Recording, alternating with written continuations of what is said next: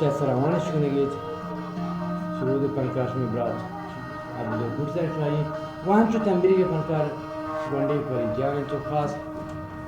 من به بازار میرم جبتی کفش میخرم یا برای چادر میخرم البته این استاد فرمایش خاص وشی منی لحظه سنگت هستی پاکی هستی چند گوجاره که مایلانه